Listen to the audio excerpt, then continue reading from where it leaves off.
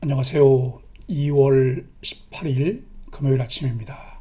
말씀과 함께 새롭게 하는 소망의 아침을 시작하겠습니다.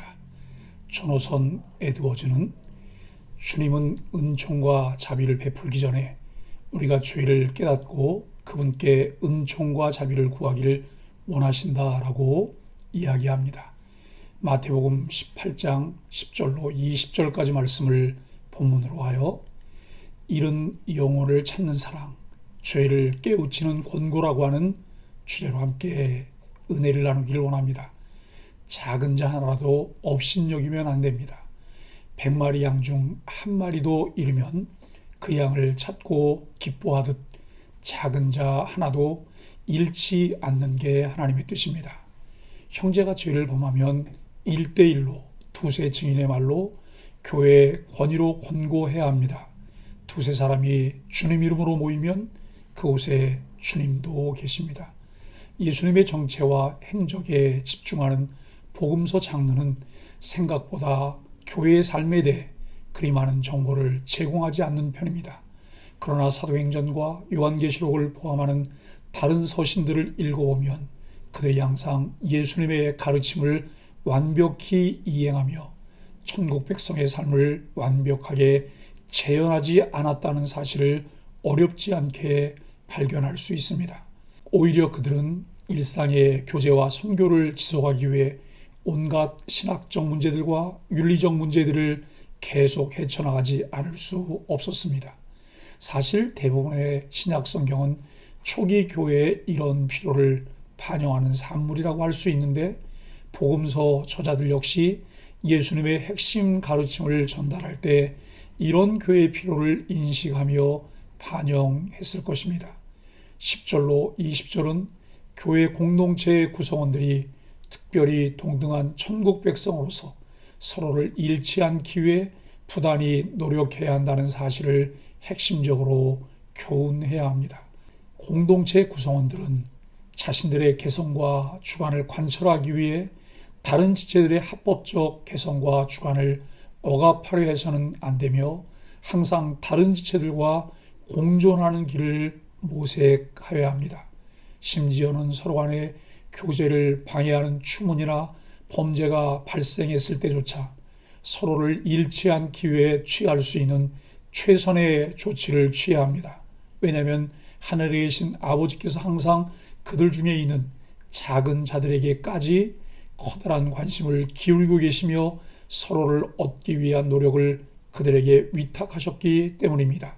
심지어 하나님이 재판장으로 계신 하늘 법정에서는 우리가 이렇게 고심해서 결의하는 의사가 존중받을 때뿐만 아니라 이를 위해 분투하는 우리 모임 가운데 특별한 임재로 함께 하십니다. 우리는 하나보다 99이 더 크고 중요하다고 생각합니다. 세상의 상식으로 생각할 때 99마리 양보다 길 잃은 양 한 마리가 더 귀하다는 예수님의 말씀을 언뜻 이해하기 어렵습니다. 수학적인 논리에 익숙한 우리는 어떻게 이렇게 말씀하실 수 있나라고 생각할 수 있습니다. 그러나 이 말씀의 참 의미는 다른 데 있습니다. 곧 99마리 양을 놔두고서라도 한 마리를 찾으시는 목자의 모습에서 잃은 자를 향한 하나님의 사랑을 엿보라고 하는 말씀입니다. 잃은 양처럼 헤매는 작은 자를 찾아내기까지 찾는 것이 하나님의 뜻입니다. 예수님은 이 일을 위해 이 땅에 오셨습니다. 잃어버린 작은 자를 귀하게 여기는 그리스도인이 하나님의 뜻을 이루며 천국에서 큰 사람으로 인정받습니다. 잃은 자를 향한 하나님 아버지의 뜻은 무엇인가요? 잃은 양 한 마리를 찾는 목자의 심정으로 복음을 전할 사람은 누구인가요? 10절로 14절은 천국 백성의 공동체에 속한 이들은 어린아이처럼 자신을 낮추고 서로를 예수님처럼 귀하게 여기라는 앞선 가르침과 자연스럽게 연결되는 말씀입니다. 예수님은 신앙 공동체 안에서 작은 자를 대하는 태도가 예수님을 대하는 태도에 결부된다고 말씀하셨는데 여기서는 한 지체를 생각하시는 하나님 아버지의 마음에 초점을 두십니다. 10절의 작은 자는 6절의 작은 자와 마찬가지로 공동체 내에서 덜 중요해 보이는 지체를 완곡하게 가리키는 말입니다. 업신여기지 말라는, 깔보지 말라, 얕잡보지 말라는 말인데, 이런 어린아이 하나를 영접하고 나를 믿는 이 작은 자 중 하나를 실족하게 하지 말라는 교훈과 교회를 같이 하는 훈계입니다. 제자 공동체 안에서 작은 자를 특별하게 대우하라는 뜻이라기보다는 작은 자를 업신여기지 말라는 뜻입니다.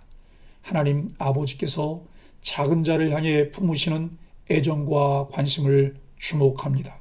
여기서 작은 자를 향한 하나님의 관심은 모든 교회 공동체 구성원을 향한 관심으로 생각합니다. 하나님이 작은 자에게 큰 관심을 갖고 계신다는 것을 알려주는 또 다른 증거는 잃어버린 양의 비유입니다. 이 비유에서는 특별히 길을 잃지 아니한 99마리의 양보다 되찾은 한 마리의 양을 더 기뻐하는 목자의 마음을 통해 죄인들의 회개를 기뻐하시는 하나님의 마음을 가르치셨습니다. 마태복음과 누가복음의 잃어버린 양의 비유는 거의 동일한 내용을 포함하고 있지만 잃어버린 양을 되찾는 것을 기뻐하시는 하나님의 마음에 주목하는 누가복음과 달리 마태복음은 작은 자 중 하나라도 잃는 것은 하늘에 계신 아버지의 뜻이 아니라는 사실에 주목합니다. 성경은 이러한 미묘한 차이를 통해 공동체 구성원 한 사람 한 사람을 소중하게 여기시는 하나님 아버지의 마음을 더욱 풍부하게 드러냅니다. 권징의 목적은 교회의 거룩성과 개개인의 회개, 공동체의 경각심이지만 이 주제를 다룬다는 것 자체에 무겁고 두려움이 있습니다. 하나님 백성의 거룩한 모임인 교회 안에서 권징은 공의롭게 이루어져야 합니다. 많은 그리스도인들이 두세 사람이 내 이름으로 모인 곳에는 나도 그들 중에 있느니라 라는 말씀을 기도에 관한 것으로 생각하지만 사실 이 말씀은 공동체의 훈육과 관련됩니다.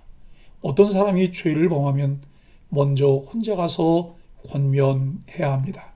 그래도 듣지 않으면 두세 증인을 데리고 가서 말하고, 그래도 듣지 않으면 전체 회중 앞에 말하고, 그럼에도 끝까지 듣지 않으면 그를 공동체에서 축출하게 됩니다.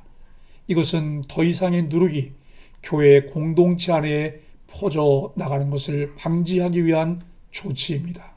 이렇듯 교회에서 시행한 정당한 권징은 하나님 앞에서 인정됩니다.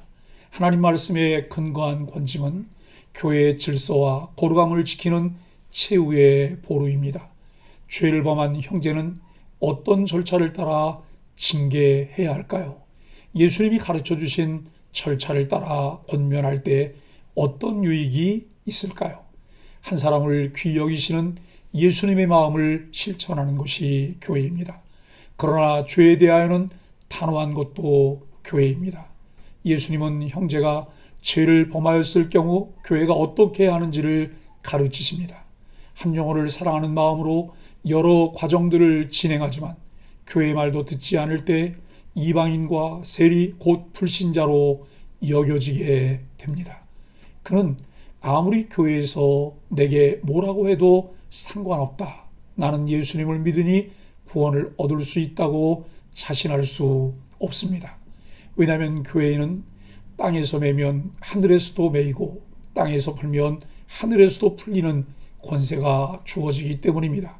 교회가 그를 정죄하여 불신자로 여기면 그는 구원받은 백성이 아닐 가능성이 큽니다. 구원받은 백성이라면 주님의 몸된 교회의 권고를 하나님 말씀처럼 귀하게 여기기 때문입니다. 교회의 가르침을 가볍게 여기지 말고 교회와 목회자에 대하여 함부로 쉽게 말하는 것도 조심해야 합니다. 교회는 예수님의 가르침을 따라 한 사람도 실족하거나 죄 때문에 넘어지지 않게 되기를 힘써야 합니다. 사랑하는 소망의 가족 여러분, 교회는 어떻게든 포용력을 가지고 연약한 사람을 끌어안기 위한 노력을 해야 합니다. 죄에 대해서는 단호하게 대처하지만 형제를 잃지 않도록 최선을 다해야 합니다. 모든 사람을 사랑하되 공동체의 거룩함을 지키는 두 가지 큰 원칙 사이에서 균형을 잡는 지혜가 필요합니다. 모든 영혼을 사랑하며 거룩함을 지키기 위해 힘쓰는 소망의 가족들이 되기를 예수 그리스도의 이름으로 간절히 축복합니다. 함께 기도하겠습니다. 잃어버린 한 마리의 양의 가치가 울타리 안에 있는 99마리의 가치만큼이나 소중하다는 하늘 아버지의 셈법을 가르쳐 주셔서 감사합니다. 교회 밖에 잃어버린 영혼을 찾아 복음을 전하고 교회 안에 방황하는 영혼들에게 질서를 따라 사랑으로 권고하게 하여 주옵소서. 예수님의 이름으로 간절히 기도합니다. 아멘.